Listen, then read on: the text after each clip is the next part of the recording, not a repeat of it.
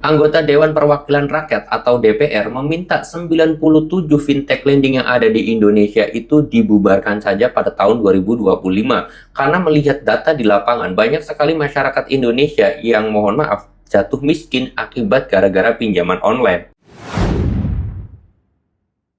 Assalamualaikum warahmatullahi wabarakatuh teman-teman semuanya. Pada kesempatan video kali ini saya ingin membahas tentang yang namanya anggota Dewan atau DPR RI itu meminta 97 fintech lending yang ada di Indonesia itu ditutup tahun 2025 karena banyak sekali masyarakat yang sudah menjadi korban, masyarakat yang susah ekonominya gara-gara masalah pinjol yang ada di Indonesia ini. Karena memang suku bunga yang begitu besar, penagihan yang begitu ekstrim, denda keterlambatan yang sangat mencekik, membuat masyarakat Indonesia kewalahan untuk membayarnya. Akhirnya masyarakat Indonesia itu melakukan gali lubang tutup lubang, tetapi gali lubang tutup lubang tersebut malah justru membuat masalah besar yang akhirnya membuat ekonomi masyarakat Indonesia itu jatuh ambruk. Dan memang realitanya seperti itu ya. Kita banyak sekali yang melakukan pinjaman online, awalnya itu karena iklan mungkin atau kebutuhan ataupun yang lainnya.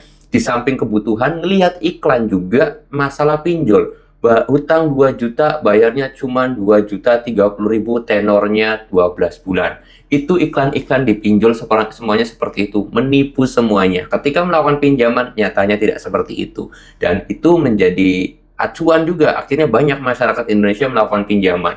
Setelah melakukan pinjaman, ternyata bunganya mencekik, tenornya sebentar, bunganya gede, denda keterlambatannya besar, penagihannya kriminal. Itu sudah luar biasa sekali. Akhirnya mereka berusaha karena nggak tahu masalah di belakang pinjol, mereka melakukan gali lubang tutup lubang.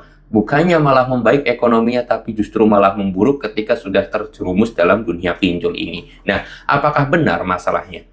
Anggota Dewan itu meminta 97 fintech lending ini untuk ditutup tahun 2025. Nah, untuk masalah hal itu, atau menjawab pertanyaan itu, saya sendiri menelusuri dari banyaknya situs website. Ya dari mulai ya semuanya yang mempunyai kredibilitas ya, seperti CNN, CNBC, Liputan 6, Kompas, Detik dan yang lain sebagainya. Saya sendiri belum menemukan bahwa itu adalah permintaan pasti, teman-teman. Karena memang benar adanya bahwasanya DPR itu pernah menyinggung masalah kasus pinjol, terutama masalah salah satu BUMN meminjam uang kepada pihak pinjol, kemudian bayar cicilannya itu pakai uang negara. Itu pernah disinggung oleh DPR. Tetapi kalau DPR itu meminta 97 fintech lending di Indonesia itu ditutup semuanya, belum ada ya teman-teman semuanya. Ini memang banyak berseliaran di media sosial tentang DPR itu mengusut tentang yang namanya judul dan juga pinjol. Tetapi saya sendiri belum menemukan dan juga saya sendiri tidak melihat di situs OJK terutama untuk penyelidikan lebih dalam lagi penghapusan pinjol tahun 2025 ini, teman-teman ya.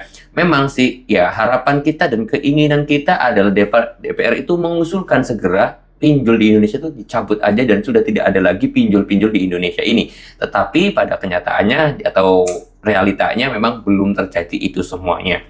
Jadi ya saya mau meluruskan akan berita-berita itu ataupun rumor-rumor yang beredar di media sosial, baik di Facebook, TikTok, Instagram, semuanya itu saya pengen luruskan teman-teman ya, biar tidak terjadi salah paham. Ya keinginan kita dan harapan kita sih pinjol dihapus gitu kan. Tetapi kalau misalkan memang belum, ya kita harus lebih berjuang ekstra lagi agar petinggi-petinggi negara melihat kasus yang terjadi di lapangan itu seperti apa masalah pinjol-pinjol ini teman-teman. Lalu kemudian juga ya harapan kita sih sebenarnya ya kalau misalkan pinjol itu nggak ditutup ya mudah-mudahan ekonomi kita lebih membaik di tahun 2025 ini, segala urusannya dimudahkan dan kita tidak lagi terlilit yang namanya hutang di pinjol ini. Cukup jadikan pelajaran bahwa pinjol memang sudah sangat meresahkan dan mohon maaf banyak sekali masyarakat Indonesia yang jatuh miskin gara-gara akibat pinjol ini. Ya kita doakan saja yang sedang terlilit pinjol, yang sudah sibuk, yang setiap harinya memikirkan masalah pinjol, terlilit hutang pinjol, depresi karena pinjol, mudah-mudahan tahun 2025 sudah tidak ada lagi hal itu. Mudah-mudahan dikasihkan rezeki yang berkah, dimudahkan segala urusannya, dan saya titip pesan kepada teman-teman semuanya agar ekonomi kita membaik. Yang sedang sibuk mencari rezeki, jangan pernah lupa terhadap Sang Pemberi Rezeki. Siapa tahu dengan mengingat Sang Pemberi Rezeki, kita dilancarkan rezekinya. Saya mau tutup dulu video ini dengan kata Assalamualaikum warahmatullahi wabarakatuh.